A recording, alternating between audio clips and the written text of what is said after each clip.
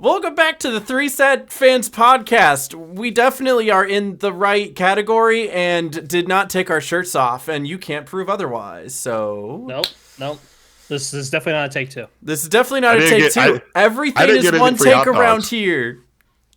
I didn't get any hot dogs though, so I don't know about you guys. Okay, so like the thing is, I'm not in Chicago. I can't like actually tell if this vendor who claimed that if Ben Johnson takes off his shirt would give everybody free hot dogs. Like, I don't know if that's true, if he started giving people free hot dogs, but I'd like to think that he did, and that he went out of business because the taxes in Chicago are so high. Too many free hot dogs. But anyway. Free hot dogs from 5:52 to 5:53 a.m. on a Wednesday morning. Everybody line up. That's my favorite time to have a hot dog. Come on, you want your pre-work hot dog where, you start at 6 and you got to grab your hot dog, walk right into the office, and everybody just smells that pork sizzling in your hand. Oh yeah. I don't even like hot dogs. Especially all the way Chicago style. Oh, yeah. Oh, with the relish and the onions and the extra bits. Dude, that's one way to get morning breath. Droppings. Oh, yeah. Oh, good grief. All right, so football. Football. We're here to talk about some football. Thanks for getting us back on track. Shout out? Okay, we got a few shout outs, and by a few I mean like 20, but we're gonna get to them. Hey, so be football, right? That's football, isn't it? All right, first shout out I want to give to myself because I don't get enough I don't get enough recognition for these tweets, guys. I'm telling you. So the first tweet I made was if the Panthers beat the Rams today, I'm buying everyone who likes this a Toyota Corolla. I couldn't think of something funny to buy for everybody, but I wasn't really that confident the Panthers were gonna win. And then the Panthers won, and the tweet had a grand total of 3 likes. And I was like, oh no, they're going to demand Toyota Corollas from me. So, guys, I was lying. I lied. And then I posted a definition of the word lie. And then truth be told, wrong one. I didn't look at it, okay? I didn't read it before I posted it. Did not. And so it was the wrong. So you owe 3 people Toyota Corollas. I do not, because I am as Noah says. That's the wrong way. This. How do I go backwards? There's this. He doesn't even have to. If you want to lie down on the couch like I am. Here you go. I'm not even in the camera shot anymore. I'm lying. Oh yeah, you heard it here first, ladies and gentlemen, and them to this podcast. He's lying. Okay, so unbelievable. I fixed it. Chair's fixed. All right, we're good. Can you imagine if he actually broke his chair? Imagine I need a new one. The first time. All right, but yeah, no, okay. Anyway, good tweet. Thank you for sharing me. But let's talk about some real stats, right? Can I just shout out how? No, I'm gonna save this until we get there. All right, next shout out. I want it to flow. We got a flow going. It's a flow state. It's like a river. It's like a creek. I'd like to shout out the Browns defensive tackle, Shelby Harris, who who called Jaywan, is that how you say it? Jawan Jennings of the San Francisco 49ers. The same guy that got punched in the nuts by a Panthers player last week. Yeah. He's a hoe. I want that known. Oh, yeah. I see why he got punched in the nuts. Yeah, the best soundbite of the week. So this will go live before Urinating's Trees This Week in Sports Ball, and I hope that he's a hoe is one of the sound bites he uses at the beginning. In the intro? Yeah. Mm-hmm. He's a hoe. You have to win the game. Good. I'm calling both games, right? Like, in my defense, he was a hoe. He's a hoe. He's a hoe. No, yeah, Shelby Harris was just talking about Jawan Jennings and how he's a dirty player and how, he deserved to get punched in the nuts. Mm-hmm. I hope, and it would be funny if he got punched in the nuts again.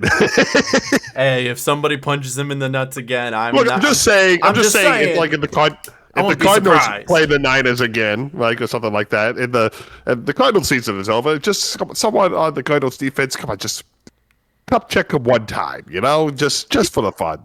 Just for funsies. I want to also double check this real quick. I'm almost certain that Jawan Jennings is on Noah's fantasy. No, he is. He is. He's I on think your he fan. is. Yeah, he is. You have that. You have that hoe on your fantasy. He's on his bye. I get to swap him out. Yeah, there you go. You know- Drop him. You No, should You know come what up we here. said about Juwan Jennings? He's on my fantasy. I wouldn't be proud of that. I don't know if you should be proud of that. On the front lines. Here we go. There All you go, right. Chris Olave calling him up. But I do want to shout out Noah. You did best me in fantasy last week. Handed me I my sure did. my second loss of the How? year. How? Well, Josh Allen that deserves underperformed. Jackson that Smith deserves a and golf Jigba clap. very much underperformed. And you know your team did well. You had Jacksonville's defense who did great. You know, you can't complain. Yeah. Kyle Pitts actually overperformed for once in his Let's career. go, Kyle Pitts. Who would have Let's go. thought? Okay, Kyle Pitts overperforming in fantasy is him getting 6 points. He got 12.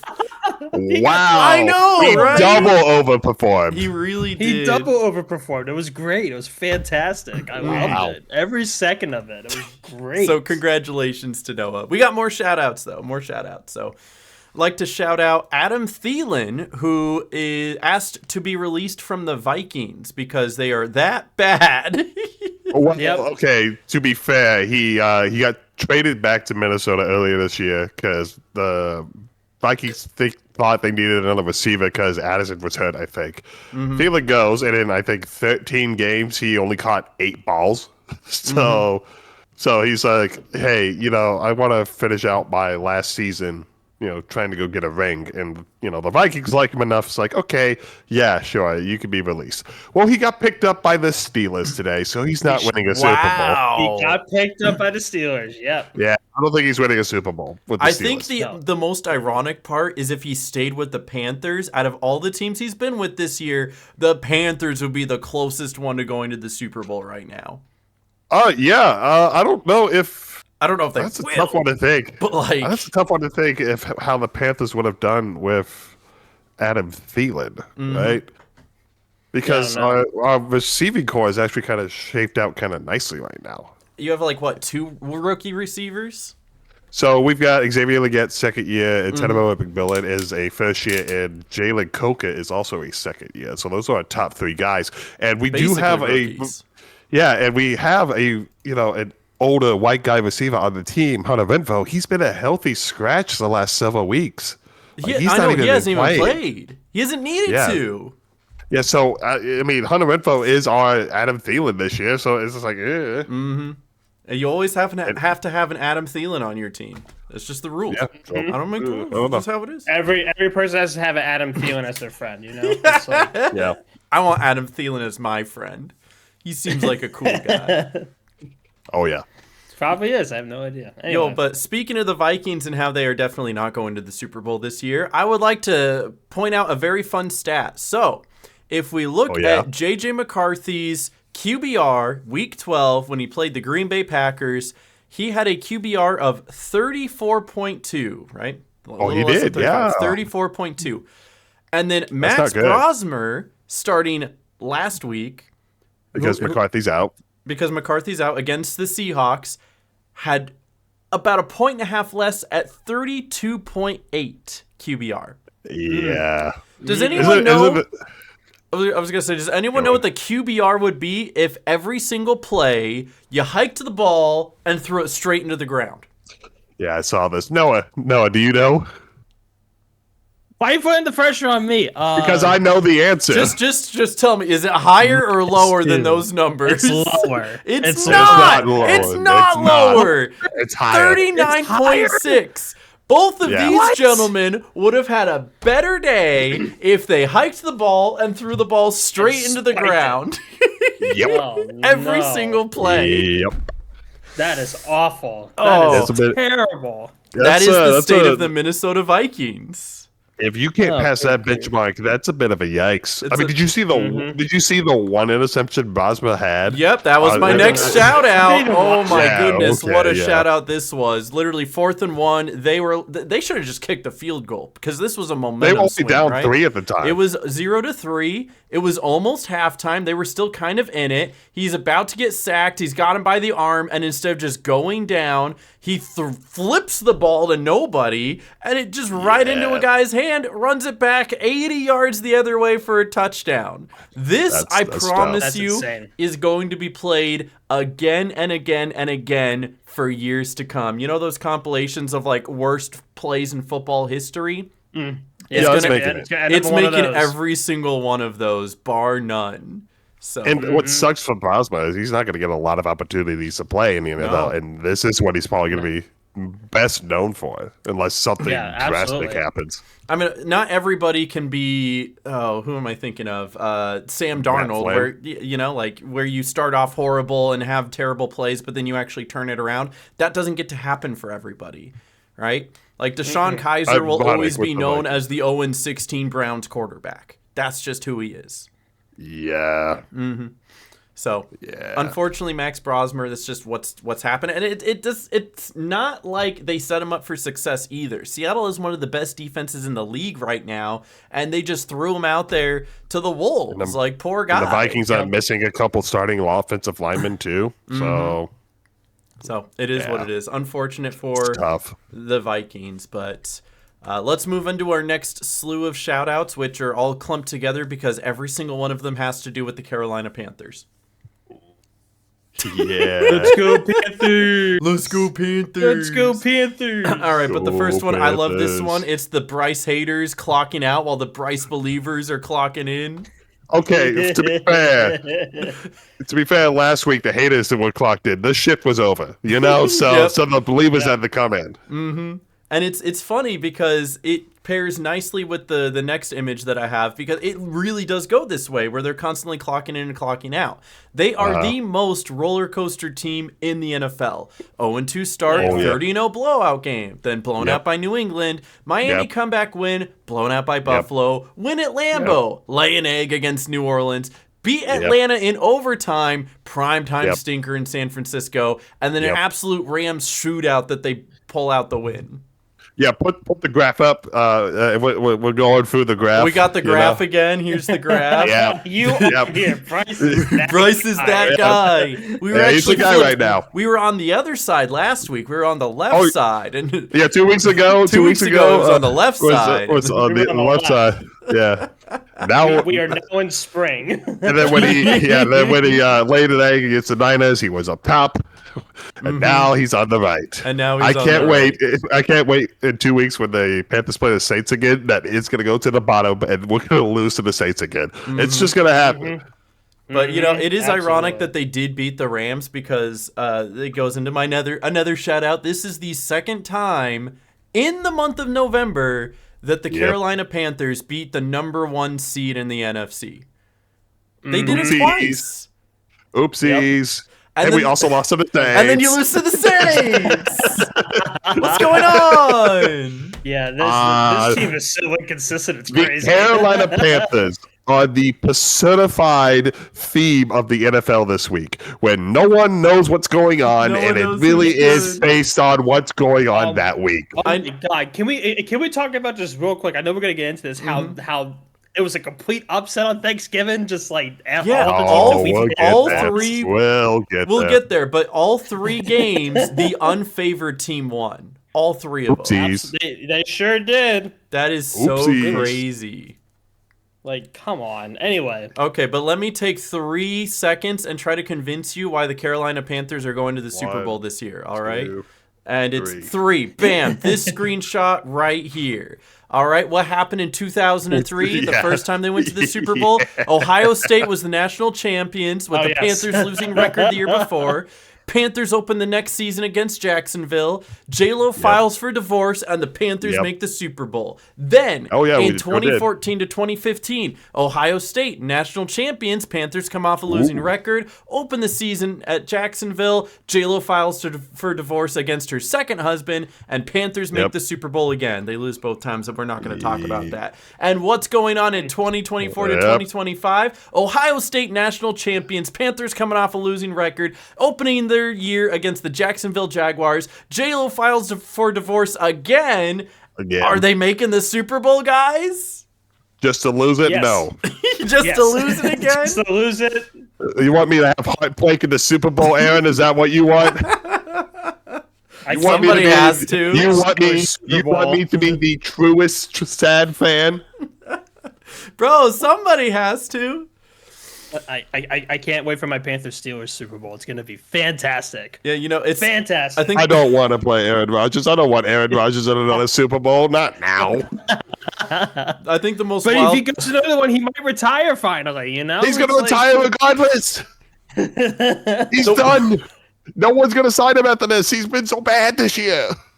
The wildest part of this graphic, though, is that J-Lo has had more husbands than the Panthers have had Super Bowl appearances. True.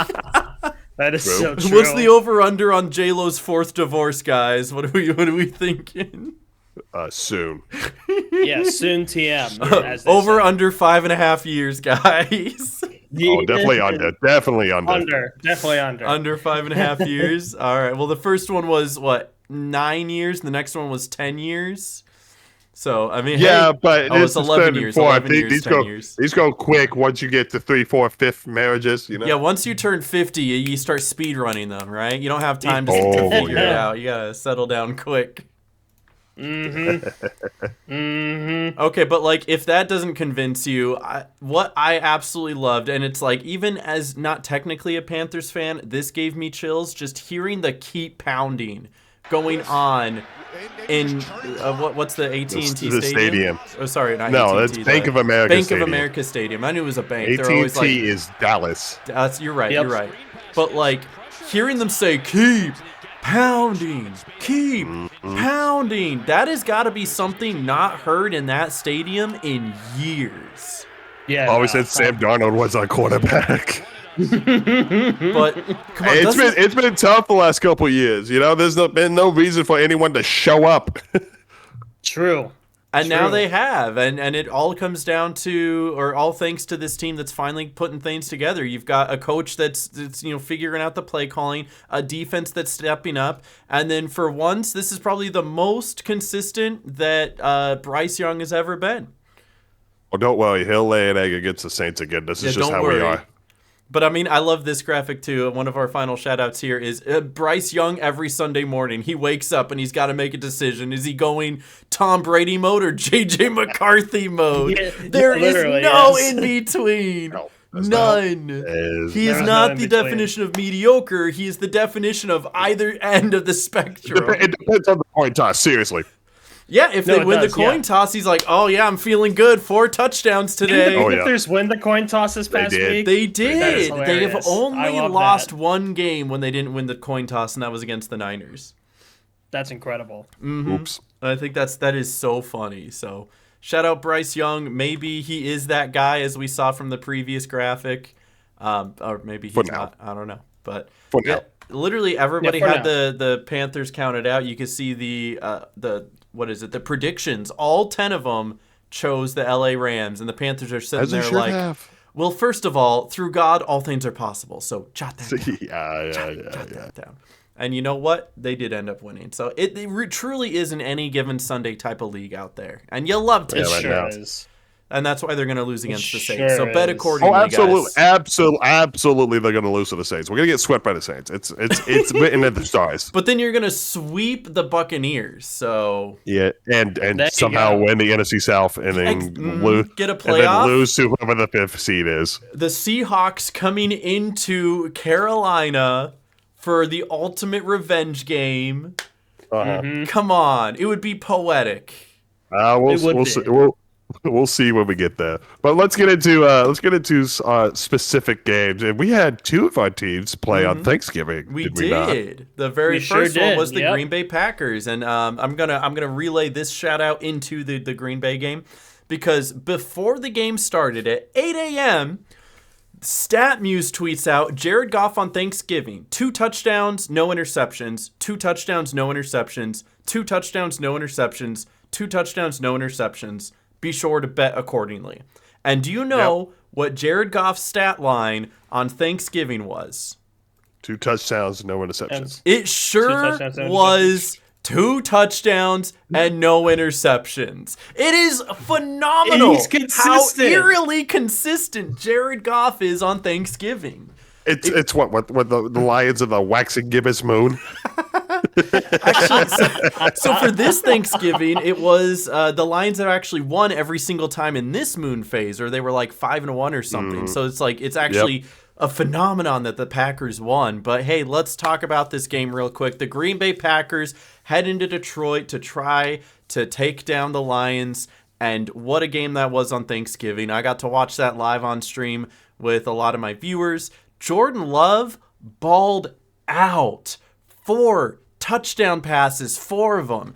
Dontavian Wicks stepping up as the greatest receiver that entire weekend with 6 catches, 94 yards, and 2 touchdowns. And he caught that crucial fourth down catch to go for it, and to ice the game. Josh Jacobs had a really good consistent running day for 83 yards, 17 carries, had a longest of 29. Dude broke off. And then, of course, you can't forget Micah Parsons in the defense. Micah Parsons getting 2.5 sacks. They did award another half a sack to Kingsley. They were just getting to Goff all day long. They were stopping the run like they were supposed to. And even though the Detroit Lions put up 24, of course they did. They're the Detroit Lions at home. That's what they do. Holding them to 24 is actually one of the least amount that the Lions have had at home all season. They're used to putting up 40 at home. They put up 52 against the Lions. So this was the Lions put up 52 against the Lions. I meant the Bears. You knew who I was talking about. You knew what I meant. It's one of those teams. Just gonna get clarification. No, you're absolutely right. Is this a college spring game going on right now against the Lions? Are playing. Honestly, if you think about it, the Lions beat themselves, so of course the Lions put up 52 on the Lions. No, but seriously, there is one stat in particular that happened in this game that I think was the most important stat, because if you look at the team stats, it is nearly dead even. Total yards passing, rushing, yards per play, first downs, efficiency, everything. Literally 60 to 60 total plays. There's one thing more than anything else that the Packers dominated in, and that was the key difference: fourth down efficiency. Dan Campbell has always been aggressive. Always. We know him for the guy that always goes for it on fourth down, and he'll be in his own territory. It'll be 4th and 20, and he's still going for it. But the fact of the matter is that when they were in those key positions, instead of taking the points, they went for it on fourth down, and the Packers stopped them every time. And on the flip side, when the Packers went for it on fourth down, they were 3 for 3, which is something you don't usually see from the Packers. They don't even go for it on fourth down 3 times a game, let alone make it 3 times a game. So to see this kind of aggression out of them and seeing them capitalize off of these opportunities and be aggressive, that's how you're going to win these games. This felt like a playoff game. The way both teams came out, they were both prepared and they both executed to the best of their abilities, and it really came down to who could make the clutch plays. And in this case, it was the Green Bay Packers. I mean, stopping the Lions on fourth down, you got to do that if you want to beat the Lions. Mm-hmm. That's the key to beating the Lions. I don't know if you remember me talking about it when the Packers were going to play the Lions week 1. I referenced the Packers playing the Lions last year and how the Packers lost because every single time they got to fourth down, they would give up the fourth down conversion. And the only thing stopping the Packers from winning was stopping those fourth down conversions. I said that week 1 of this year, and now it's come full circle where the reason they won this game was because of their fourth down conversions. And, everybody else playing out of their minds, which is what you'd want them to do. Oh, yeah. Jordan Love throwing 2 touchdowns on fourth down, that's huge. Mm-hmm. And even though every single Lions fan was like, no, his foot was out of bounds, that's not a catch. Wah! That was a crazy catch, by the way. It was. Dontavian Wicks on that first one. It looked like he broke his leg. Mm-hmm. Yeah, it looked like he broke his leg when he caught that. Dude giving his whole body for the team out there. So I'm proud of my Green Bay Packers. They're 8-3-1. They're not leading the division right now, as that belongs to the Bears somehow. I think we all stopped looking at them for a moment, and they just started quietly winning games. Hey, Aaron, you know what's going to give you nightmares? What's that? The Bears are the number 1 seed in the NFC right now.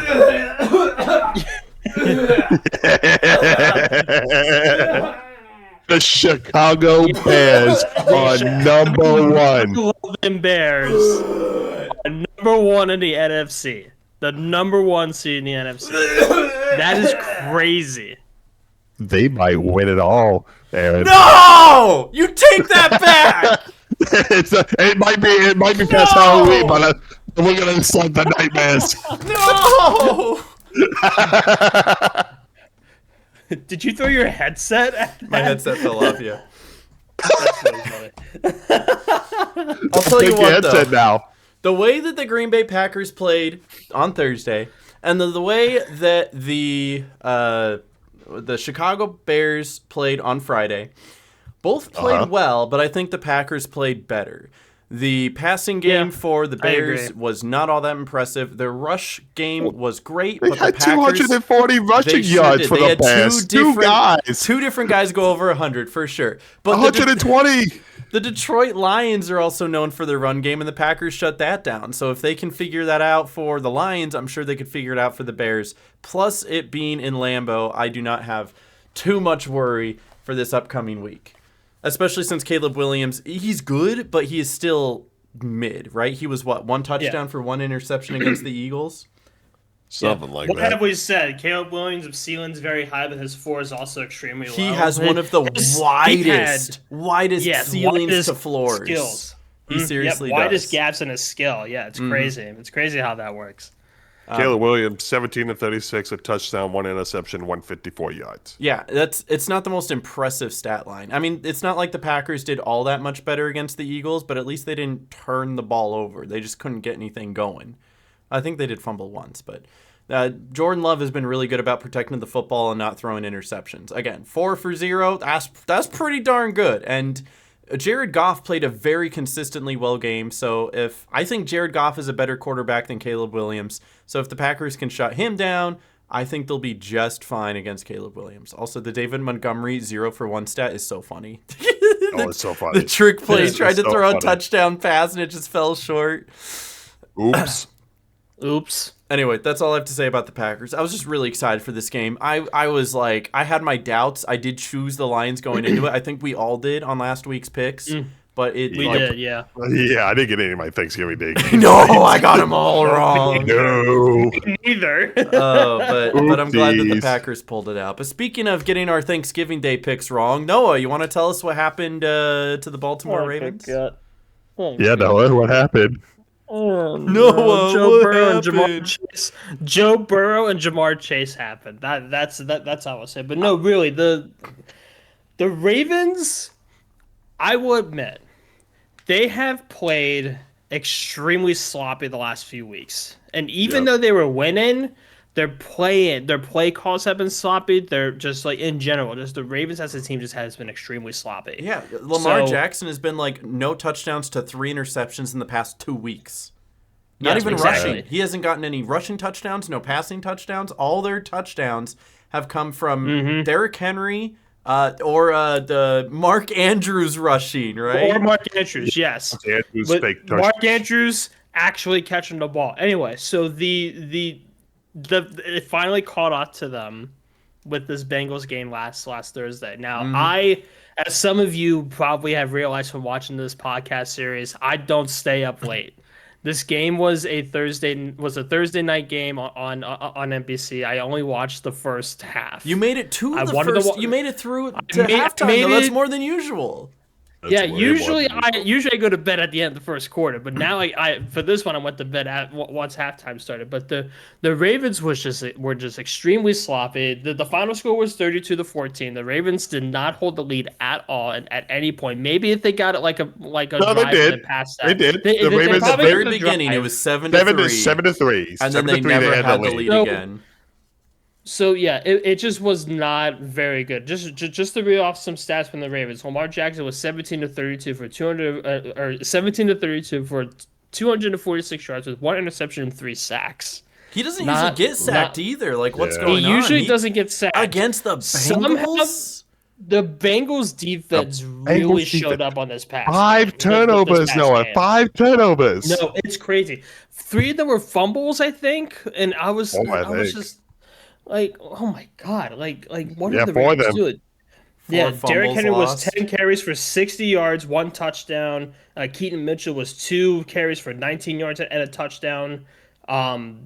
Just their defense, they're the Ravens defense, like they showed up, they tried, but the Ravens held them to 32 points and only 32 points. So I will say this: it could have been much worse. Oh, absolutely. It could have been much With worse because Joe the Burrow, Bengals Jamar scored Chase. The Bengals scored 6 field goals. That could have been so much worse. If just 2 or 3 of those into touchdowns, it's 60 points. Yep. Just flipping over to the Bengals. Joe Burrow had 24 carries for 46 yards, 24 carries for 46 attempts at 261 yards, 2 touchdowns and 1 sack. Much better than usually Joe Burrow's getting sacked 4 or 5 times a game because that O-line can't hold anything. So as much as this is a statement that the Baltimore Ravens are playing sloppy, the Cincinnati Bengals stepped the heck up in every facet. Their really defense was playing better. Their O-line was playing better. And of course, if you have Joe Burrow and Jamar Chase, that's a connection made in heaven. I mean, almost anyone with Jamar Chase. Take a shot. What? Take a shot. What? For what? You first. You first, Noah. Connection. Take a shot. Anyway, so yeah. Okay. Okay now. But no, seriously, it is really tough to beat that duo if the defense is playing well. This is one of those games you expected the final score to be like 35-32, but because the Cincinnati defense has stepped up, that's where Baltimore's struggles came from. Yeah, it was not great watching that and knowing that they lost. I was like, well, and to be fair, this game, even though we did lose and that sucks, right now because the Steelers lost against the Bills on Sunday. God bless. The Ravens. You're still in it. The Ravens are still number 1 in the AFC North. They somehow win the tiebreaker, but we go to face the Steelers next week. So or the this game against the Bengals was not super important for the Ravens to win because the only way that they can get their title for the AFC North is if they win against both games. If they win both games against the Steelers. You should get every win you can. You want to get every win you can, but you it looks like you can. The most important ones are making sure you beat the Steelers twice. Yeah. If you don't beat the Steelers twice, you're probably not taking that division.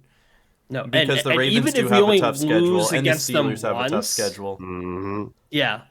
Even if we lose against them once, it's still going to be tough to get into the playoffs. So it's crazy. So people still think this upcoming game against the Steelers. People think the Bengals still have a shot at taking the division because they're only 2 games back at the moment. If the Ravens and Steelers collapse down the line and the Bengals win out, they might not even need to win out. They might be able to win the division at 8 wins. They could go 8-9 and take the division. It just depends on how the rest of the depends on the Steelers schedule. Technically, the Browns aren't out of it either. They could still win the division if everybody else dumpster fires. No, it's really bad. Seriously, the Browns are eliminated. As I said earlier, the AFC North is the only team, the only division, I should say, that none of their team have winning records right now. The Ravens or the Steelers will be the first team in a while to have a winning record. So it's going to be interesting to see how the Ravens play against the Steelers.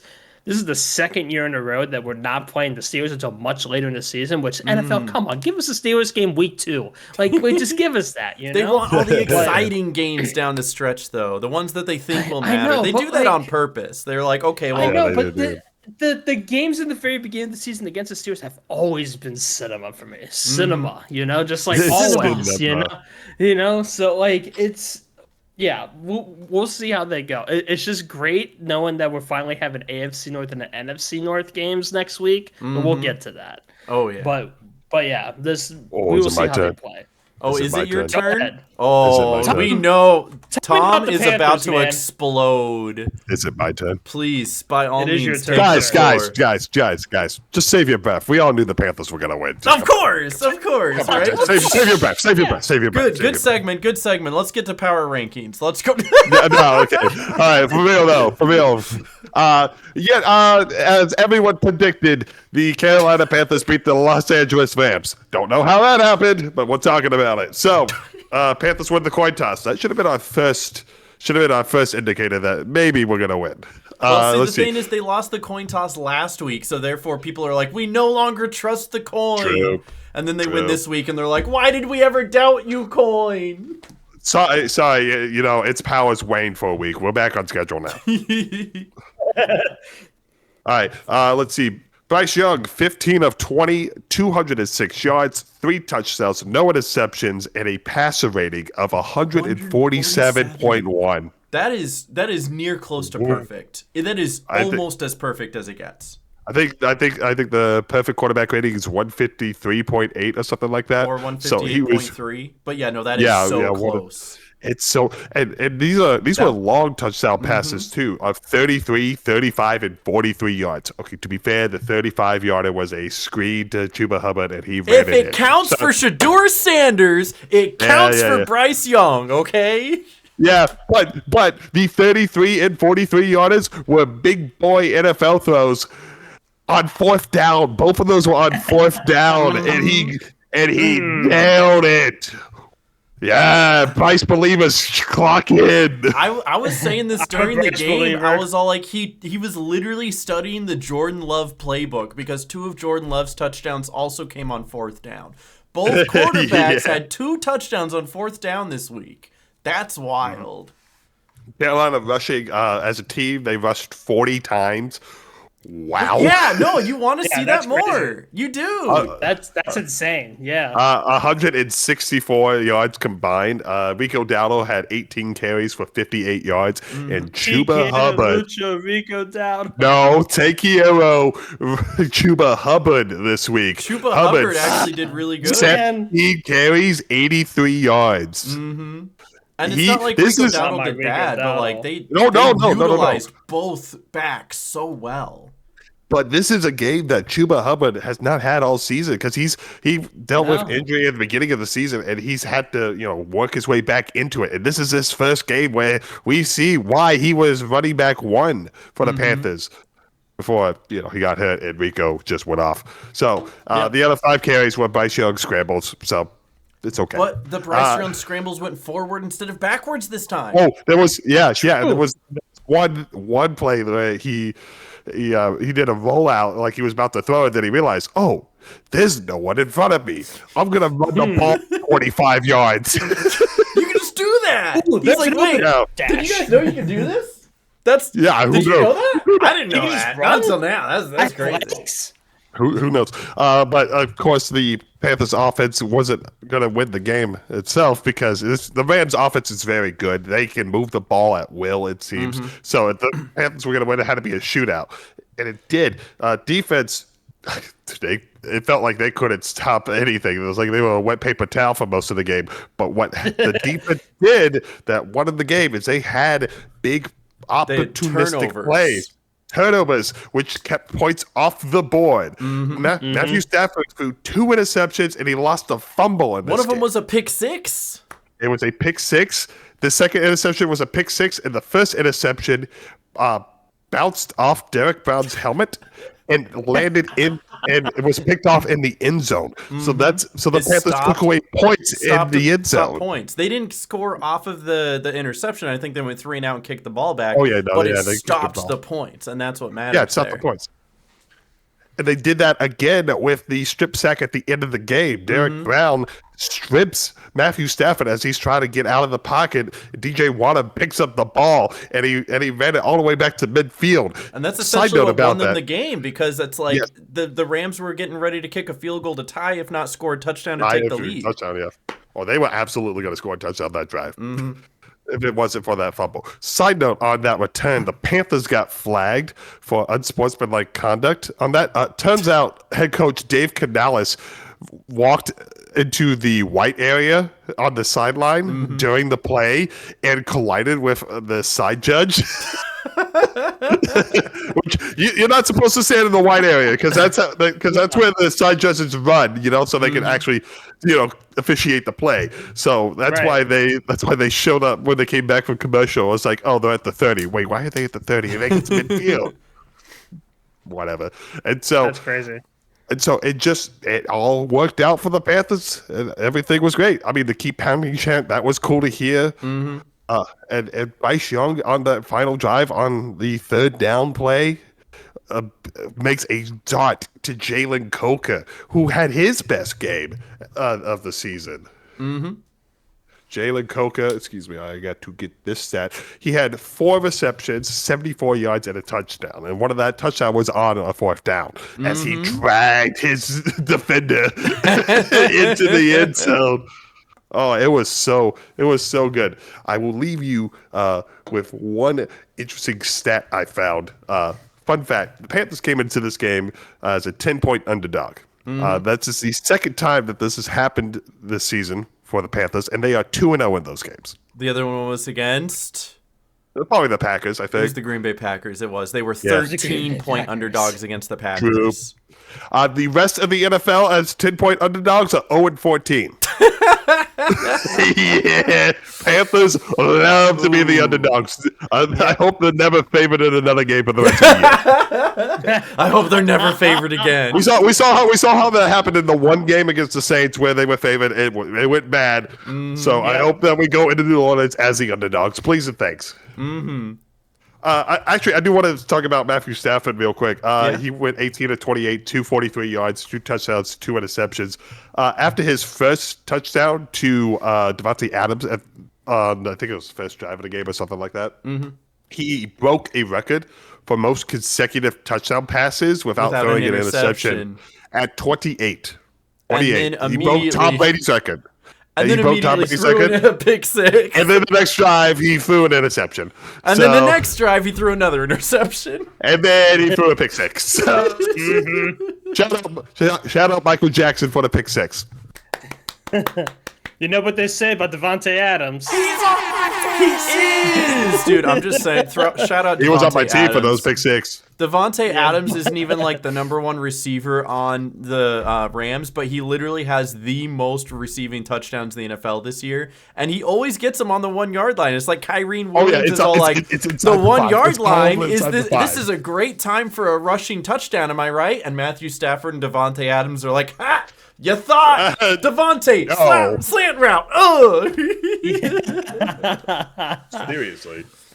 I mean, hey, Davante Adams, even though Puka Nacua is usually putting up more yards, Davante Adams is fantastic for fantasy points because he's always Davante Adams has 14 receiving touchdowns. Insane. In 12 games. Just for this season? That's crazy. In 12 games, he has 14. They're trying to like push him up there. I'm going off on a weird tangent right here. I'm going to go receiving touchdowns all time because I know he's up there, right? He's got to be. Yeah, he's number 7 today.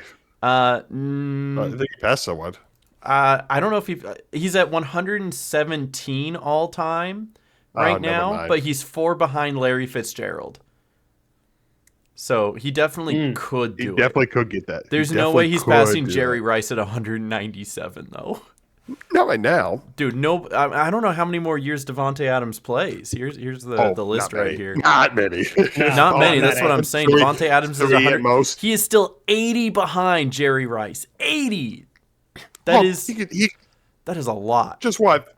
Just 4 touchdowns a game for another year or so. Right. Easy. But yeah, Larry Fitzgerald was on an. Larry Fitzgerald played for 16 years. Davante's in year 11, so if he goes for another 5 years like Larry did, he absolutely climbs his way up. He could probably get top 4 easily. But that's depending if he can stay healthy and if he wants to do that. So, I'm just final thoughts for the Panthers. They won.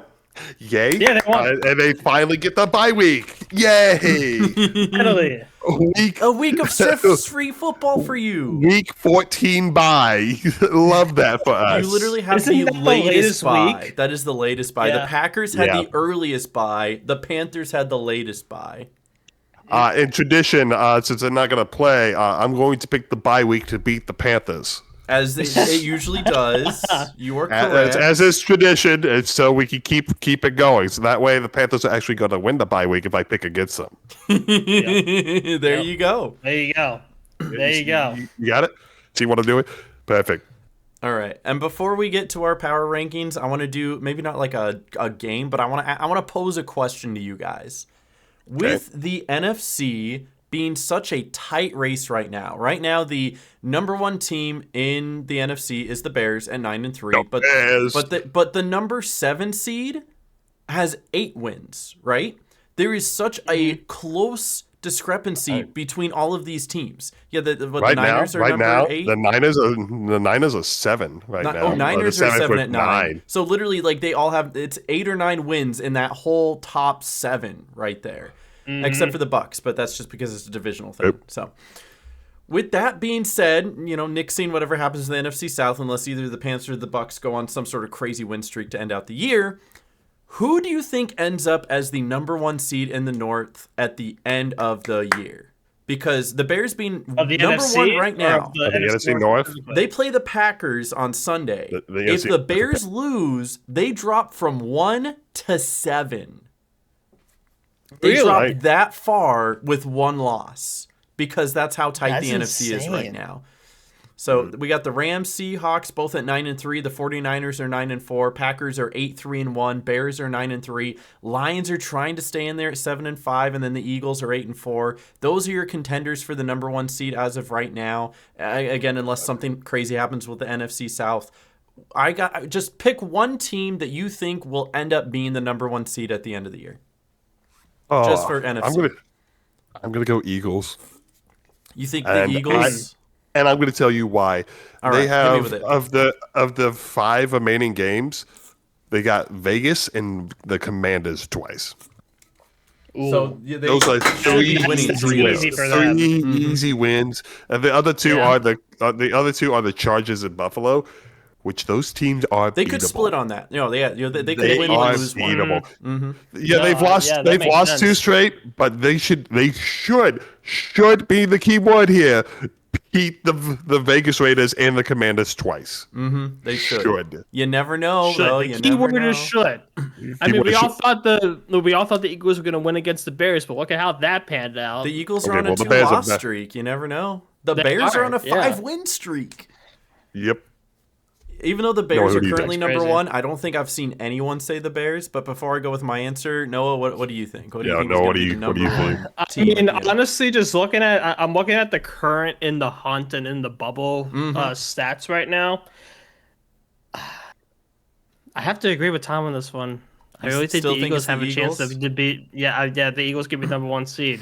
That schedule is really damn easy. Like my dark horse for number 1 is the Bucs, because the Bucs schedule is the second easiest left in the league. So if they win out, have 5 games. The Bucs have 5 games left.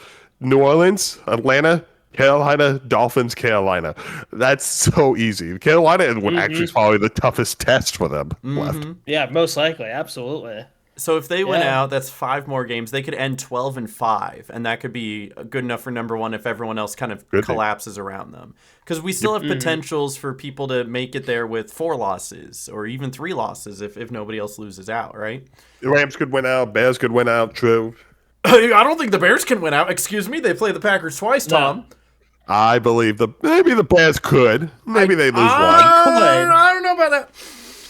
I don't know about the Bears lose one. They might drop one to Cleveland or something like that. I mean, who would lose to Cleveland? Am I right? Who would ever lose to Cleveland? The Bears do play Cleveland. No one. The Bears haven't played Cleveland yet? That's crazy. So this is how it goes. The Packers' upcoming schedule is Bears, Broncos, Bears. And then the Bears' upcoming schedule is Packers, Browns, Packers. Oops. Oh, my God. Oopsies. What was the NFL thinking when they were making this schedule? What the heck? Look. Hey, the Panthers play the Bucs twice in the last 3 weeks, so it's all good. Yeah, it'd be like that. So. Okay, so my answer, though, unless you want to... Can I say a dark horse real quick? Yes. Yeah, give me your dark horse. My dark horse is the Bears, actually. Ooh, spicy. Yes. The Chicago Bears. Stop, he's already dead. I'm aware. My dark horse is the Bears only because I want to see the Eagles' downfall. So True. All right, my answer is completely different from you guys. Okay, so number 1, I think the Rams take the number 1 seed because, as you guys were mentioning with the Eagles, as far as their easy schedule, the Rams have just as easy of a schedule, and they have a one win lead. They do play the Cardinals twice. So Rams should be winning 3 of those automatically with 2 tough games, just like the Eagles should be winning 3 of those automatically with 2 tough games, but the Rams are 1 game ahead of them at 9-3. So if both teams do go 3-2, the Rams will still be ahead by a game. They take the number 1 seed. So that's just the way I see it. Same argument, different team. Completely understandable. My dark horse, of course, is the Green Bay mother-loving Packers. Chicago because, Bears. of course, it's not the Chicago Bears. The Chicago Bears. The Green Bay Packers. They're going to win out. They're going to maybe not win against the Ravens, but they do look sloppy. But they're going to win out. They're going to end the year at, 13-3-1, and they're going to have the number 1 seed, and the NFC is going to go through Lambeau. Okay, but actually it's going to be the Rams. But actually, it's going to be the Panthers, and let me tell you why. They could end at 11-6 if everybody else ends up losing all the way out. The Packers-Bears tie both games. Serious? Yeah, no, the Panthers are not getting the 1 seed.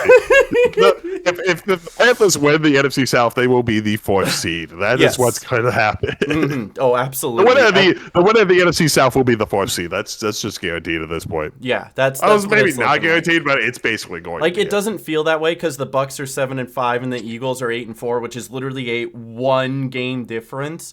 But you expect Eagle to win most of their games, and you don't expect the Bucks and Panthers to win most of theirs. No one expects the Panthers, but the Panthers aren't an easy win anymore, aren't they? Ask the Rams. Nobody ask the Cowboys. Expects the Panthers. Ask the Packers. Don't ask the Saints. Don't ask the Saints. They don't know. Don't ask the Saints. They don't know anything. That's the Saints. Nope. All right. Nope. Funny questions aside, let's get into power rankings. We always do a top 5 and a bonus number 6. I love my power rankings. They get better every week. They sure do. All right. Unfortunately, we need to get this off the bat. The Colts lost. The Colts lost this I can't even past pick week. up the hat. Unfortunately, The hat has to stay over there. You can't pick it up again until they win. The Colts are probably going to be our number 5. If they even make the top 5. I don't know. If they even get the top 5, they might be our honorable keep mention just losing. because we are Colts believers. I know. I do believe in the Colts. They've lost 3 or 4. I don't know if I can put them in a top 5. I will just say my number 1 is the Patriots. Just my number 1's the holy Patriots. crap. I mean, my number number one's 1 Patriots. is the Carolina Panthers because they beat 2 number 1 seeds already. So all I'm saying is they're the. There's a number 2. There's a number 2. I'm putting Patriots in number 1. Does anyone disagree that the Patriots go number 1? No, the Patriots on 1 is Patriots fine. number 1. They are literally the best team in the league. Patriots number 1 is fine. They have what? Do they have 11 Can we talk wins now? about that Giants game? Like, what is Younghoe Koo thinking? Anyway, Okay. I saw that replay. It was the holder's fault because the ball was shaking as Koo was about to kick it. So he saw the ball moving and he's like, "Oh, I can't kick this." So he held up. So that's what happened. See, I saw a graphic where it had the football on one side, and it was like graphic for Younghoe Koo, and it was like football. Kick this one. Kick this ball. Way. And then it had the earth, and it said, "Don't kick this ball." That's so funny. I love that. All right, the Patriots number 1. Number 2. Who is our number 2 for this? I'm gonna go Broncos. Yeah, I mean they just that's a good pick. record-wise, obviously, Broncos but win, they move up. They're winning. They're winning games. Yeah. They have a great record to back it up, and they're beating good teams. Even if it's ugly, they still win, and that's what matters. At the end of the day, a win's a win. You can only play the people in front of you, and you win the games you're supposed to win, and that's what they've been doing. Yep. So, very easily. Absolutely. There. Then it gets kind of messy when we get into 3, 4, 5. This is where I think I've got NFC teams easy number 3. Start going Easy in. number 3. What do you put in number 3? Who's the number 1 seed, Aaron? I'm not putting the Bears at number 3. The Strength Bears of are schedule number 3. matters. I will meet you halfway. And straight for schedule. We put the Patriots with the easiest schedule at 1. I will put the Bears at number 4, but no higher. No, 3. Veto 3. I think the Seattle Seahawks are a better team than the Chicago Bears. At number 4, I have the entire NFC West minus the Cardinals. I have the Seahawks, Rams, and Niners all at 4. We're going back to that. They all have at least 9 wins. I think the Seattle Seahawks are a better team than the Chicago Bears. Okay, but the Seattle Seahawks coach take off his shirt for free hot dogs. I'm getting outvoted. This is a 2-1. I guess I'm. Let's go, Chicago Bears! The Chicago Bears are the third best team in the NFL. Chat, we're giving him an aneurysm. Yeah. The reason he says that, if you don't know, if you're listening to this at a later date, we are doing this live. This is our first live recording, and I have not looked at chat once. So thank you guys for watching live on Twitch as well as on YouTube. Be sure to leave a like. Thank you. At 4, can I put the Seattle Seahawks because they're that good, and maybe tied with the Rams because they're also that good? I have the Seahawks, Rams, and Niners at 4. I don't. Okay, listen. I know, okay. I would put the Niners at 5. I just don't think they're as good as the Seahawks and Rams because it's like what happened to us picking like 20 teams for the Niners have won 3 straight games. I know, right? But like I'm looking at who's good and who's not, right? Like 26 points against the Browns. Against that Browns defense, that's pretty good. Who are you putting at number 5 then? Oh, number 5, I have the Jacksonville Jaguars and the Green Bay Packers at 5. I was actually going to put the Packers at 6. That's what I was going to do, just because like they look strong and they're coming back, but they're not as good. This is where my vision is that I have the San Francisco 49ers at 5, but I have them tied with what was I thinking just a moment ago? Who are you saying? Yeah, no, what do you think? Me? What do I think? Yeah, who do you think's the number 5 team in the NFL? Because my bonus shout-outs, I wanted to put the Green Bay Packers, and I wanted to put the Houston Texans. I don't think Jacksonville's that good. I'm sorry, I don't. And I think that when they play the Colts, who did they win the against Texans, this past week? They won against the Titans. They won. To be fair, it was the Titans, but they have won 3. They've won the last 3, 4, or 5. Granted, the 4 or 5 wins they went against the Raiders, Chargers, Cardinals, and Titans, so kind of bottom feeders, but they won them. I have to. Sure I will put them as a bonus number 6. How does that sound? Sure. They get to sit in the bonus. I will say they are as good as the Green Bay Packers. I was going to say the Green Bay Packers to me are number 5. I love that you guys have such optimism for my team. I do. Look, we're optimistic about each other's teams and pessimistic about our own. That is just how football works. Yeah. You are a bigger Panther fan than I am sometimes. It seems like it, right? It's just because I'm optimistic. Okay, I'll tell you what. Well, the Patriots at 1, the Broncos at 2, the Brewers at 3, the entire NFC, that out? I couldn't hear it. The entire NFC West at 4. We won't have a number 5, and we'll just have 3 and 6. Hey, sure. There's no 5th best team. There's no 5th best team. It doesn't exist. No. Let's put the Carolina Panthers number 5 just for shits and giggles. Hey, let's just do it. Listen, they did pretty good, right? They're not even leading their own division, but they did good. I want to say at my 6th pick, I went with a theme in my number 6. I put Colts, Lions, and Bills at 6. Be like, oh yeah, we thought these were all going to be the good teams, but they're kind of been floundering, and they're like, They're like they're the wild card teams is what they are right now. They're the those were my 6, but we can leave them out. That's fine. We'll see. Right. We'll talk again next week. Here's the thing: the Bills and the Lions are like mirrors of each other, where they're both like fighting for a wild card spot in a division that you think that they would be leading, but they're not. Yeah, no one would have guessed that the Patriots would have be winning this division, and no one would have guessed that the Bears are winning the division. It's exactly the same. No, literally. We were saying that the Bills were gonna be like set like what 18-0 or I whatever. thought the Bills were gonna be 17-0 and they are not. They are not even close. I mean, they're 8-4, so that's not bad. It's only definitely not bad. Only a few losses. Only a few losses, but they've been playing 500 ball the last couple of weeks. The last 4 weeks and 2-2. So and they've got it's not an easy cakewalk because they got the Bengals this coming week. So we'll get there. We will. But yeah, that's our power rankings. Feel free to disagree because we literally we didn't put anybody at 5. I'm actually really curious. Let me see how this compares to the NFL's power rankings because I didn't even look at the NFL's power rankings. I just decided. Oh, I never do. I usually don't when making my. I never look at any power rankings. I go based solely on my own vibes. Yeah, right. Exactly. Can I go down the list for this? The power rankings for week 14? Yeah, go ahead. Can I do this? Number 1 is the Los Angeles Rams. Is this week 4? Yeah, no, that's weird that they still have the Rams at number 1 even though they lost.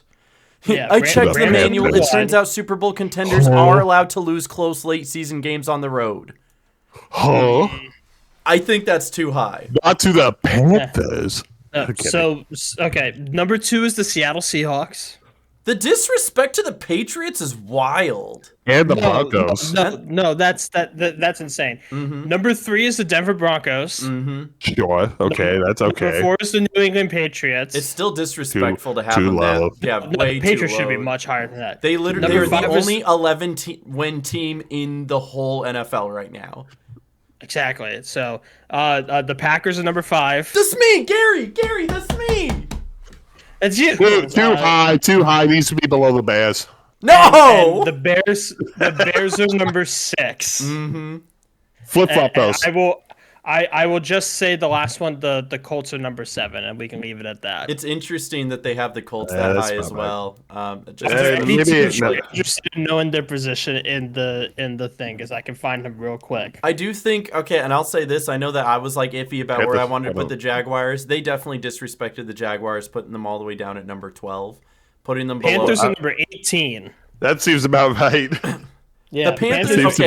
Isn't that crazy? The Panthers, a winning football team, are all the way down at 18. Actually, to be fair, almost everybody above we lost them to the Saints. Is also like everybody below them has a losing record, and everybody above them has a winning record. We lost to the Saints. And then to be fair, the Panthers are above the Chiefs. The Chiefs dropped 7 spots and are in 19. You know what? Hold on. Get the meme. Oh, I know exactly the one you're thinking of. It's a different meme this time. Oh, Hold on. I gotta find it. Hold on. I have to scroll for a little bit. Keep talking. Okay, but yeah, no, it's kind of crazy how the power rankings, I feel like, are always all over the place and never actually show the quality of the. Usually the power rankings are like, oh, who has the best record? And I know they're trying to lean towards who actually is a better team. But they definitely did not do that because the New England Patriots look unstoppable right now. Like, absolutely unstoppable. Oh, there it is. Yes, put it up there. Oh, let's put it up there. Let's go. Yeah. What is it? The Chiefs lost too? It gets funnier every time. It literally gets funnier, every single time. Week. Yeah. Oh, I love that. Yes, sir. All right. Yes. You guys ain't got anything else you want to touch upon, or should we jump into picks? Oh, let's do picks. Let's talk about how bad we did. Oh, we did Before terrible. we start with the picks, let's go over real quick how we're standing. So, right now in our league in our server, Aaron, your dad is ahead of the podcast at number 8. Yeah, he sure is. My dad passed me. He's so good. I've done terrible. Yep. I am number 23 ahead of the podcast. Tom, you are now ahead of the podcast. I'm tied with the podcast. You are tied with the podcast, but you are ahead by the tiebreaker. And then Aaron, you are number 14 ahead of the. I'm at 14. Also ahead of the podcast. I mean, I'm trying. My dad has a 3-game lead over me, and my wife is at number 3. Yeah. Literally. And our boy Tim is still holding the number 1 spot. Shout out my boy Tim. We are between the 3 of us, Aaron. You are beating me and Tom. So let's go. There we go. Hey, I'm at least tied with the podcast now. You know, these wild picks I've been making, they've been helping. You know, it's crazy. You never know the crazy out of left field picks. Last week as a podcast, we went 9-7. I also went 9-7 specifically, so I get it. I personally went 500. So we the Thursday game screwed me. Hey, they did me. And Friday. Everything else went fine for me. I went 11-5 last week. So wow. Yeah. Gotta pick wild. Can't pick the favorites all the time. You know, if you're behind, you have to go wild. Throw it deep on 4th down. Yuck. All right. So let's get into it, though. Thursday night game, we've got the Dallas Cowboys heading to Ford Field to play the Lions. Back-to-back Thursday game for the Lions. Mm-hmm. That means that, there's still a week of preparation, though, so it's not that bad. It is. Yeah, it is. And weirdly, if you look at like the wins and losses, these teams are kind of weirdly the same. It's like 6-5-1 and 7-5. The Cowboys could easily be 6-6, but they could also easily be 7-5. This is a pretty even 40-40 tie. This is a match. This is equal. This is a 50-50 shot. This is the only thing though is that right now the Lions have the advantage because they're at home. So, but they have been shown to lose at home this season a couple of times, but they've lost. They lost to the Vikings at home. The Vikings. Yes, they with did. JJ McCarthy. Yes, they did. JJ McCarthy. That's crazy. I am going to choose the Detroit Lions again, but don't be surprised because this should be a lot closer than 50-50. The Detroit Lions have played 500 ball. They're 2-2 in the last 4 games. Mm-hmm. The Dallas Cowboys are on a 3-game win streak, and the last 2 games were against the Chiefs and Eagles, the last 2 teams in the Super Bowl.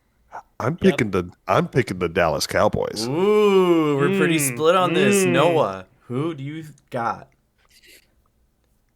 I have the Dallas Cowboys. Ooh, we're getting spicy. I have the Dallas Cowboys. Yes, spicy. They are on the up and up. They're fighting for that playoff spot.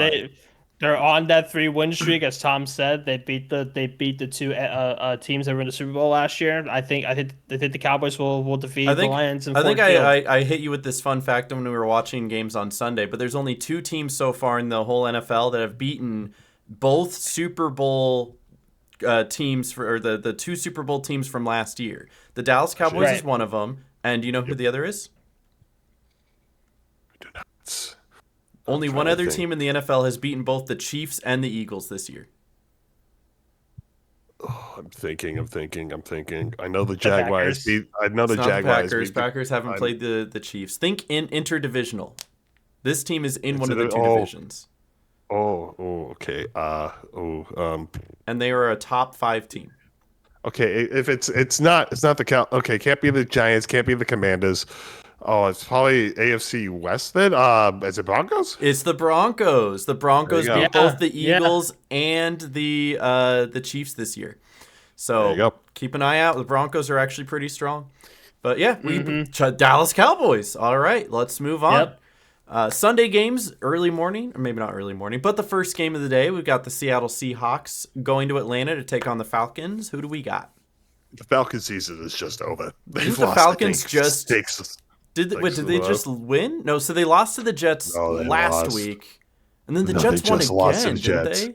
They just lost to the Jets. Oh, that was just now? That just happened? This past game they lost to the Jets 2 weeks ago. They beat the Saints.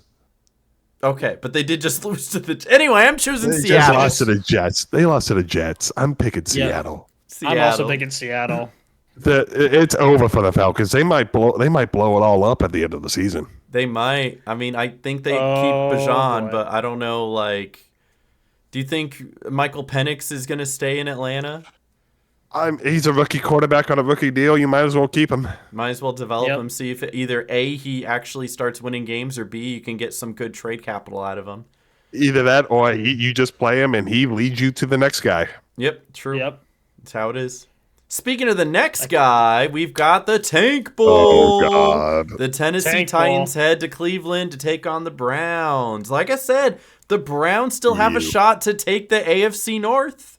Ew. And I hate that. And we're the Cleveland Browns.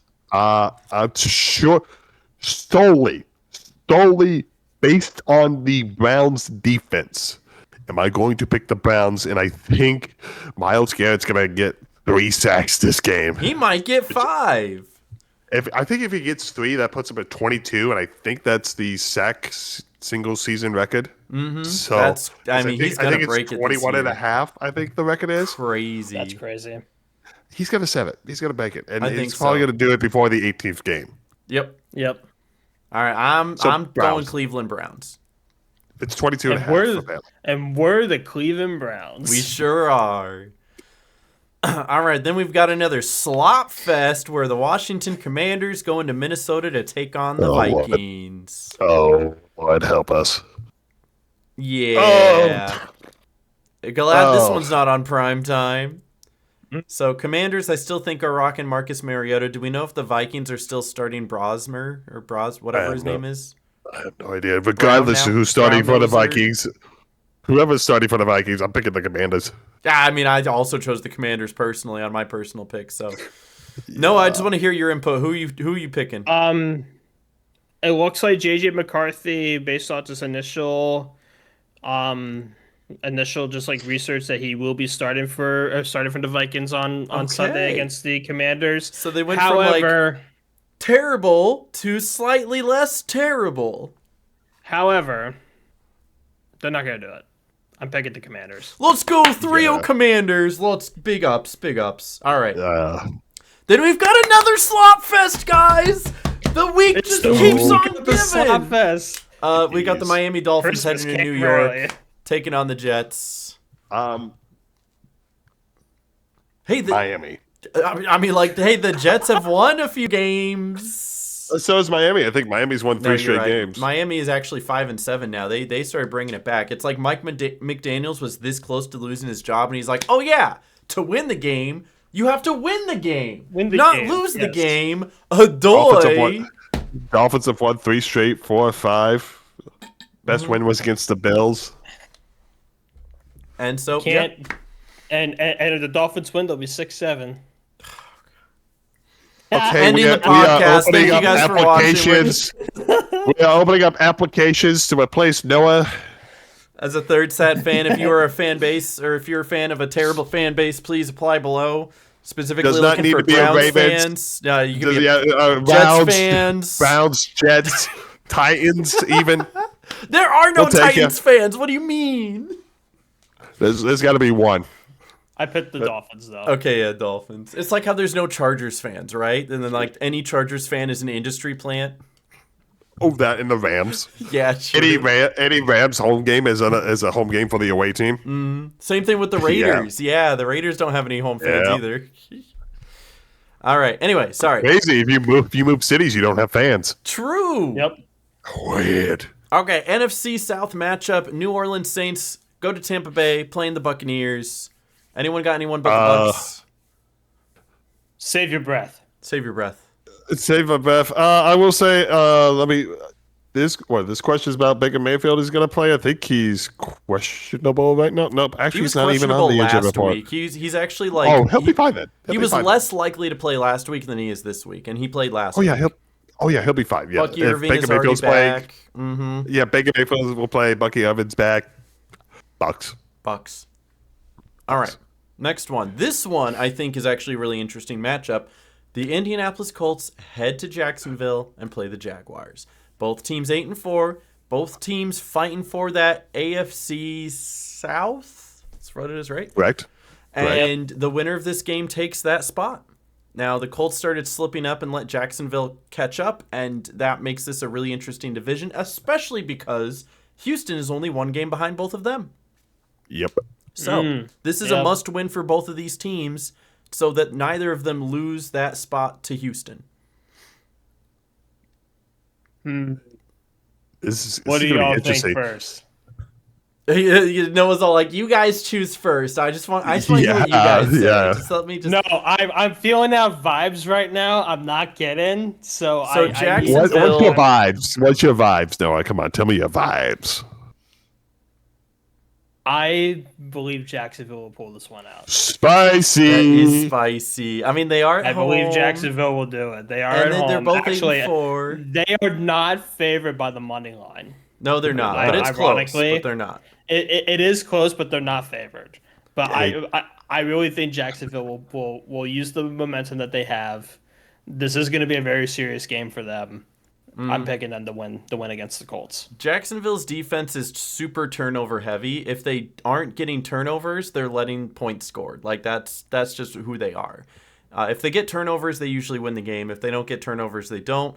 The Colts, I think, have been kind of 50-50 on turning over the ball lately, and that's what's making this so close. But I have hope that the Indianapolis Colts finally get back on track.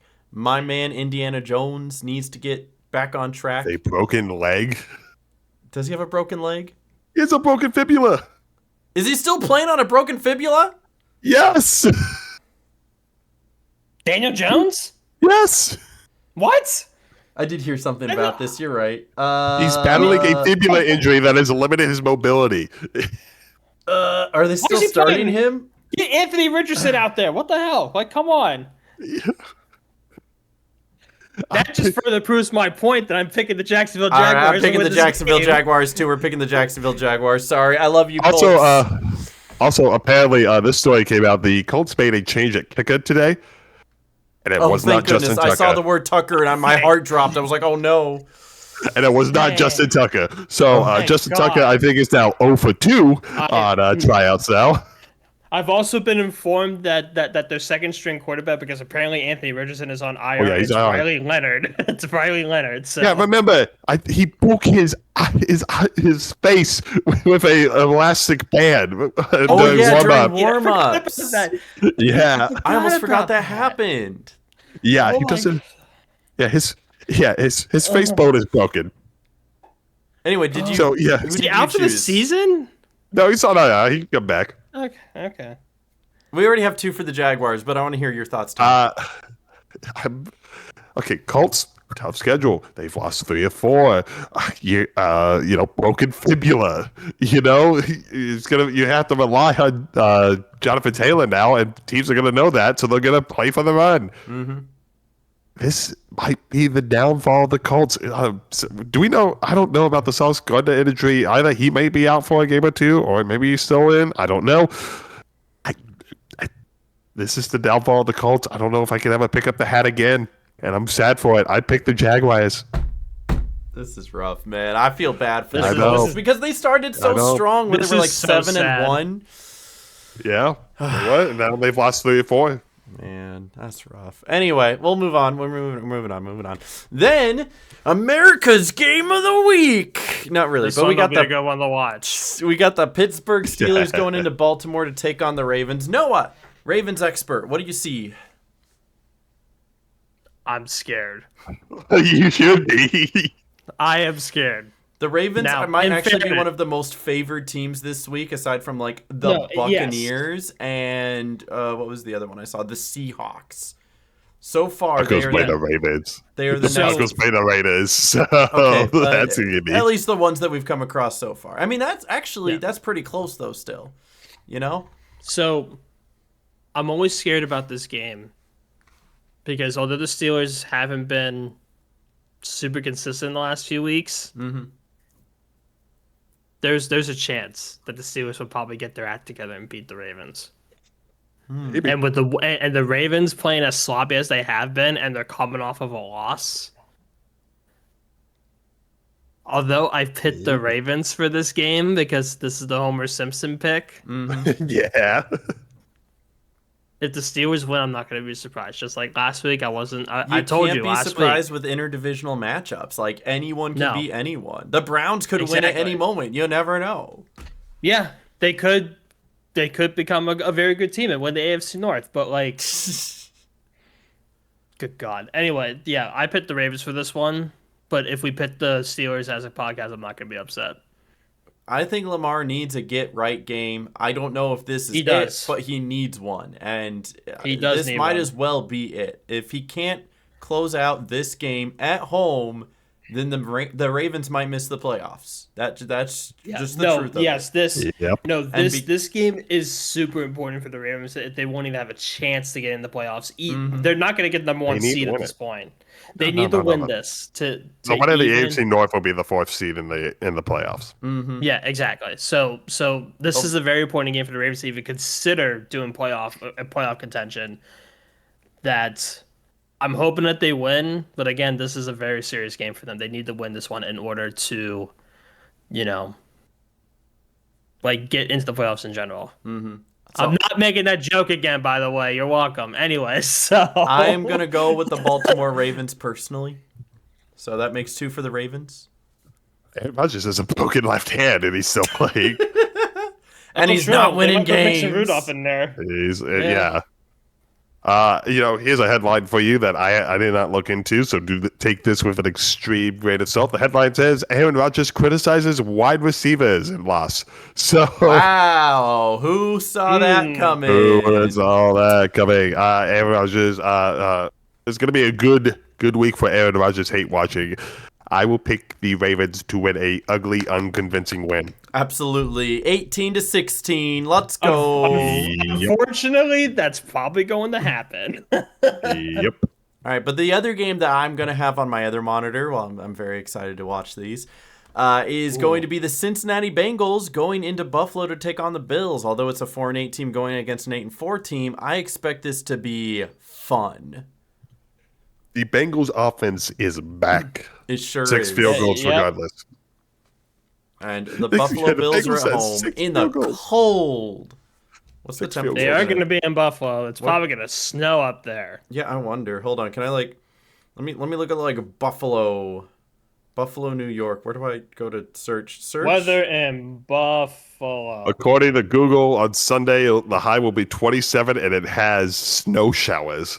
Ooh. Oh, we might get a snow game in Buffalo. Oh, that Joe is Burrow's so going to be awesome. freezing that toe. Anyway, so Yeah, he's going to freeze his toe off. Oh no. Yeah, exactly. The same toe he got the injury on.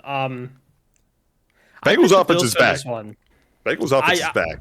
Go ahead. Yeah, I did pick the Bills for this one. I really think they're a more put together team than the Bengals are right now. Even though the Bengals proved last week against the Ravens that they're pretty well together, I don't think they'll be able to last against the Bills. I picked the Bills. I think the Bills win, but watch out. Seriously, watch out. This could be the upset of the week. If I had to choose an upset of the week, it's this one. So it really depends. The Bengals going to be able to force 5 turnovers again? Because that's a big reason why they won. The Bills have been turnover prone the past few weeks. All of their losses have been because fumbles and interceptions. The Buffalo Bills are turnover prone. If the Bills cannot hold on to the ball, they will lose this game. And that's why I picked the Bengals. Nice. I told you watch out. This could be the spicy one. If there was an upset. But I went with Noah, so we chose the Bills. Sorry, Tom. All right. I went 11-5 last week. You guys can go 8-8 and 9-7 again. That's fine. That's fine. All right. You know what? Then tell me who you're choosing on the next matchup, Tom. Who you think? I'm choosing the Las Vegas. No, I'm not. I'm picking the Broncos. Are you serious? This 3% for the Raiders is too high. It should be 1. Las Vegas Falcons, chat. We're going with the Las Vegas Falcons. No. Broncos. Save your bet. Broncos. All right. Then we've got America's Game of the Week. Which is ironic because this will be America's Game of the Week. America's Game of the Week is always the Fox matchup, and Tom Brady will probably be the one commentating it. Oh, yeah. Tom Brady at Lambeau. Let's go. The Green Bay Packers hosting the Chicago Bears for the fight over the NFC North. The number 1 seeded Chicago Bears. But do you see the favorite? How much the Packers are favored over the Bears? They are more favored over the Bears than most of these other teams. The Broncos might be the only one more favored right now, but that's more favored than the more favored than the Ravens are. Not as favored as the Buccaneers, but more favored than just about every other team so far this week. And not the Seahawks, but it's up there. It's crazy for 2 teams that have this close of record. For the odds to be this skewed is wild. Right. But if the Packers can come out and play as good as they did against the Lions last week, they will dominate.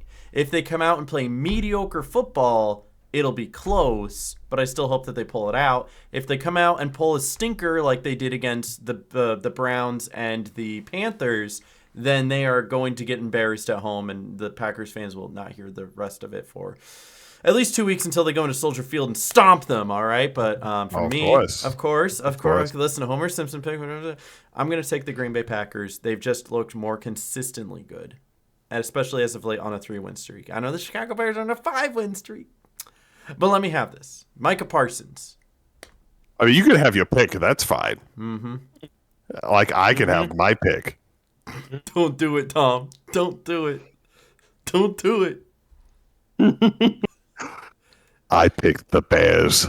You did pick the Bears? I picked the Bears. I think they're going to run all over the Packers. And you're entitled to that opinion. I'm just twisting the Chicago pen. No, I'm all podcast. I genuinely think the Bears will go into Lambeau and get a win. I mean, they did last year. To be fair, they did sure last did. year. They sure did. I think the Packers have improved since then. I know the Bears have also improved since then, and it's going to be a good matchup. And the free hot dogs will carry the Bears to victory. Yes. Ben Johnson will take off his shirt again. Noah, you can do the funniest thing right now. You know what you have to do. Noah, I want you to choose from your heart who you truly believe will win the football game, okay? No outside interference, just who do you think is going to win? The Dayton Triangle. Good answer, good answer, good answer. The Chicago Bears. Yeah! No! Click it, Aaron. Yes. Click it. Click it. Click the stupid shit. All right, we got the LA Rams going into the Cardinals. Save your breath. Yeah, Rams. Rams gonna bounce back. Rams gonna bounce back. Then we have a very interesting Sunday night game where the Houston Texans. This will be good. I think this will be good. I do. The Houston Texans going going into the Kansas City, into Arrowhead, going against the Chiefs. Dude, you still look at these predictions. People are still scared of the Chiefs. They are. They always will be because the Chiefs said the Chiefs, they could be 6-6 now and still win the Super Bowl. All right? They can. I hate to say it. I wouldn't be surprised if they do win the Super Bowl because it's just Patrick Mahomes. They're going to somehow find a way to get into the 7th seed and be the first 7th seed to ever go to the Super Bowl and win it. Yep. And we would be in the worst timeline because somehow the Eagles and the Niners will beat them there. Yep, either one of those. It's true. And everyone will still watch because we're suckers. Yep. I hate it. Yep. Patrick Mahomes will still sell 1,000 jerseys. I picked Texans. That defense is too good. I also picked the Texans. Nice. Oh my God, twinning. Go triplets. I also picked the Texans, yes. All right. The defense is too good. And it's not because of my ethics about picking against the Chiefs. I genuinely think the Texans are a better team. They're on like a 5-win streak, even without even without CJ Stroud. Even with CJ Stroud being out for like 3 weeks, they've still been dominant. They have won 4 straight. They have won 4 straight in 5 of 6. With the only loss coming against the Broncos, 18-15. Because that defense is for real. Oh, yeah. All right, so we got a 3-0 Texans on that one. And then we got the Monday night game, which actually also looks peak, where the Philadelphia Eagles go into L.A. to take on the Chargers. The Eagles are favored, probably because for them it is a home game. No way. It's in L.A. Is it, Tom? Is it? True. So, anyway, it is in LA, but we all know that the Eagles are essentially going to have a home game. There's no Chargers. Yeah, there's one Chargers fan is that one lady, and she did you see what happened to the last Eagles home game? Father-son bonding time? Yeah, he flipped the birds to the birds, and his dad was like, I'm so proud of you, son. I'm so proud of you, son. No, did you see that? I did not see that. Please. I gotta find it. Yeah, you find that. Yeah, please send it to me later. Well, he goes, I'll put quick thoughts. The Eagles are collapsing. They are. It's weird to say they are the Indianapolis Colts of the NFC right now, and I'm still seeing their collapse happen. They do need to win 3 of the next 5 to probably secure that 1 seed, or at least hopes for securing that 1 seed. But this is one of those games that isn't going to come so easy, and I think the Chargers have just been playing better, and I need the Chargers to keep winning so that the Chiefs stay out of the playoffs. I'm going to the Los Angeles Chargers. Can't find it in my initial searches. So Noah picked the Chargers, so go ahead, click Chargers. Oh, cool. Let's go. Yay, Noah. Fun fact about the Chargers and the quarterback, he just got surgery today, Justin Herbert. Oh, he'll be fine. It was yesterday, wasn't it? It happens like Justin 3 times Herbert. a year. Yeah. He got surgery on his non-throwing hand, and he's expected to play this game. Of course he is, because he's Justin They'll just Herbert. put him in a cast like Aaron Rodgers. It's fine. He can play. He only needs one hand to throw. 6 days. 6 days after getting surgery. Oh yeah, I'm gonna go play football. I mean, just give him smelling salts. He'll be fine. Yeah, just give him some smelling salts. Oh yeah, smelling salts. That's how you fix a broken hand. Yeah, worked for Aaron Rodgers, didn't it? Oh, I did. I also picked the Chargers. Yeah! Justin Herbert mania lives on. Let's go. Anyway, those are our picks. If you want to get some picks right, don't pick what we picked because we're very bad at this. I mean, we picked the Bears after all. I'm great at this. I don't know about you. Yeah, Tom is so good at this. That's why I'm last between the three of us. True. But as we do with most weeks, we usually have a little game at the end. But in lieu of a game, like I said, we are doing this live in front of an audience of however many, because I don't know. I haven't been looking. I haven't even looked at the chat the whole time. But Noah has, and he's picked out some great questions or comments that we can go ahead and take a look at. So if there's so we have gotten 2 questions here. Yeah. So far, and chat. I'm still looking at chat. You are more than welcome to put more questions. Feel free to put in a question, something you guys want to ask us about football or anything in between, and let us know what we should talk about here real quick for the last 15 minutes. So do you want to go with a funny question or a more serious question first? I'll go funny first. Let's go funny first. Why is Joe Burrow hot? It's the hair. Good genetics. It's the ability to throw the football on a dime. All right. I know. Joe Burrow has evolved his ability to grow his hair out. He's gone from the short hair to the longer hair to the kind of emo to the Panic in the Disco, and I'll give it to him. He's a good-looking guy. Mm-hmm. It's because he shampoos and conditions. He sure does. He's got that L'Oreal. And that's why I think that the Bengals are going to win the AFC North and go to the Super Bowl. Yeah, okay. Any questions? They could win the AFC North. I don't know about the Super Bowl. They can still win the North. The Chiefs have to go to the Super Bowl, Aaron. We all know this. So they're going to play the Bears. I love the Bears. Imagine. So one person had a question about who our favorite player name is. For example, this person's Storm favorite is the Dolphins is Storm Duck. So do we have our favorites? Okay. Yeah. So I got a couple I'm gonna throw out there from the past. Clinton Dix. He was a Green Bay Packers safety, one of the greatest names of all time. Shout out Clinton Dix. It's got the it's got the dicks. It's got everything. However, I want to tell you about a text message I got from my dad while he was watching the Commanders game. You guys weren't here at the time. But I kid you not, something my dad texted me. Let me see if I can find it. It just seems like such a weird thing that my dad would send me. What were you saying? Was it another meme? No, it was literally... Okay, yeah, I found it. It was literally about one of the names of the people on the Commanders. He says, I like number 80 for the Commanders. His last name is Yank Off. Crying emoji, crying emoji. Oh, jeez. Oh, God. So, yeah, mine is Clinton Dix. Apparently for my dad, it is Yank Off. But I'd also like to give a shout out to Lad McConkey, who has one of the greatest names I've ever heard. Just rolls off the tongue. Lad McConkey. Mm-hmm. I gotta go with a Saints player, Kool-Aid McKinstry. Dude, Kool-Aid! Let's go! Kool-Aid McKinstry. It's just his real name. I don't have anyone because I did research on this. Just say Derrick Henry. No, that's not funny. It's just, that's 2 first names back to back. That's why it's funny. No. It's not funny. Let's see. No, we're not giving a shout out to Mike. Thank you. I love Michael. More of a Tom question, but Ted McMillan or offensive rookie of the year.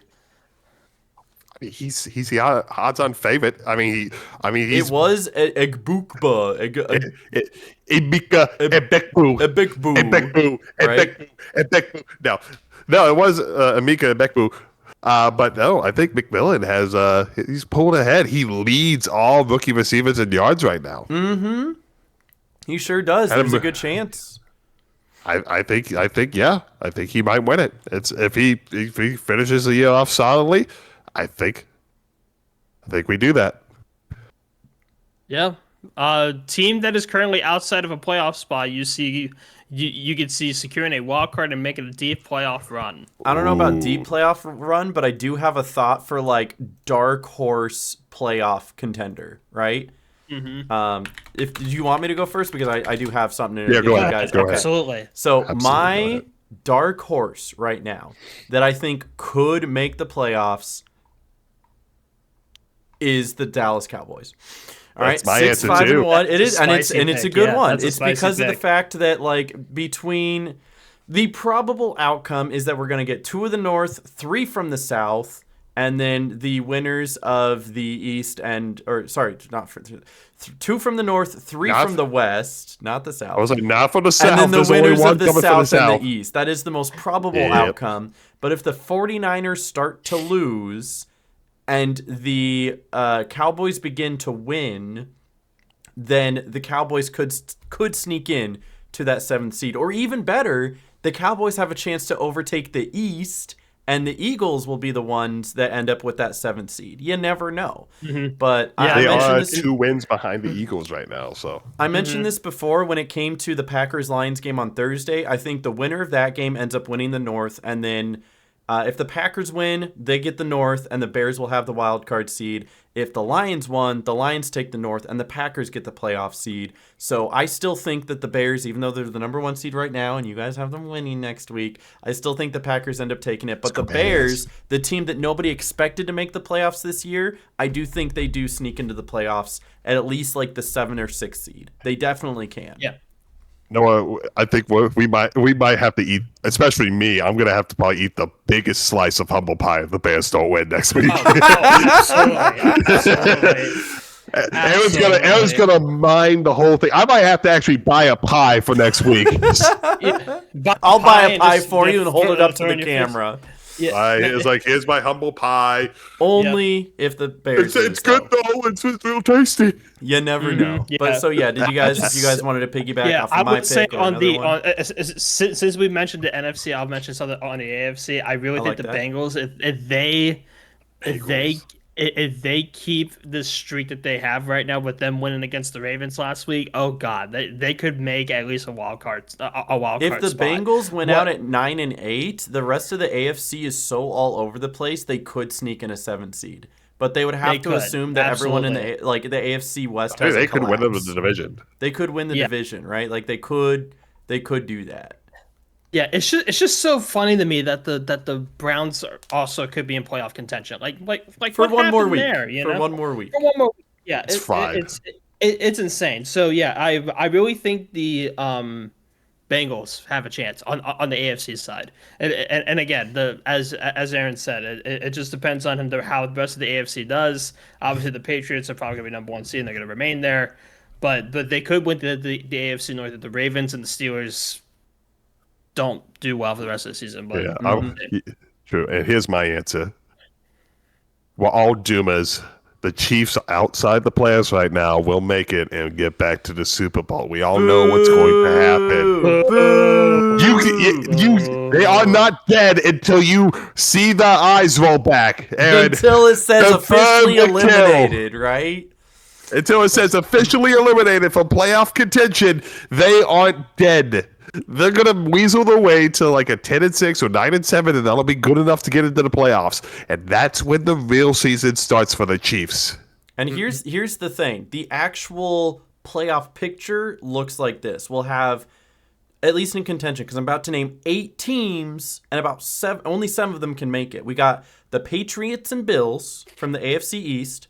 Whoever wins the AFC North, because it's probably just going to be one of them, so that's 3. The AFC South has 3 teams on that cusp. So that's literally 3. That's 3 more. So I might even name even more. And then the AFC West has 2 at the Broncos and Chargers. That's 9 teams that are fighting for 7 spots. And if you really want to say that the Chiefs as well, being at 6-6, that would add a 10th team. They are literally the furthest one back of those 10, but that doesn't count them out. It's not impossible. But it is going to be a very tight race between these 10 teams. And to think any one of them Yeah. outside of that could even make it is just outside of the realm of possibility. But the darkest horse right now would be the Chiefs. But it would be crazy to see the Texans. The Texans could slide in there, being only one game behind in their own division. They could still win their division and could very handily still take a still take a wild card spot. Absolutely. Yep. Mm-hmm. Absolutely. Very good question, though. Yeah. I'm willing for one more question if you guys are. If anyone has one more question. Let's see here. Or just a comment. Bears or Vikings. Yeah, I don't see any additional questions here. I don't know if chat wants to chime in with a question real quick before we wrap it up. Chat, you have one more. You have 5 seconds. Figure it out.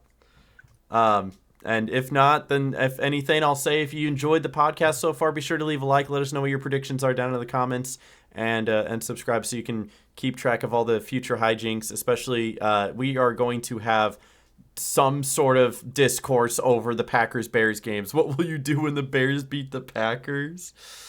I don't know. I don't really have anything because I know the Packers are gonna win. That's what I'm gonna. I'm just gonna throw it out. This man is in denial of his team losing. A little bit. Homer Simpson. The Packers have not lost a single game by more than 3 points. The Bears have lost by 3 touchdowns. Okay, that's all I'm saying. Yeah, that's all I'm saying. You know what? I'll tell you what. If the Bears win next week, I'll do an entire episode in these ears. How's that sound? Yes. Yes. That is but if the Packers win, I need to see both of you eat a piece of humble pie. All right? Is that fair? Oh yeah. It's such a punishment. You gotta eat pie, boo. I gotta go and buy pie. Or maybe I'll get a scoop of ice cream too. That'll really show you, won't it? I'm trying to go with the ice cream and go, my prediction was wrong. My humble pie. Oh no. That's crazy. Thank you guys for watching the Three Sad Fans podcast. It's been wonderful. Have a good one. Everybody, goodbye. Say bye. Bye. He's on my fantasy. No, it's same thing. He's on my fantasy. He's on fantasy. I hope I got in at the last second.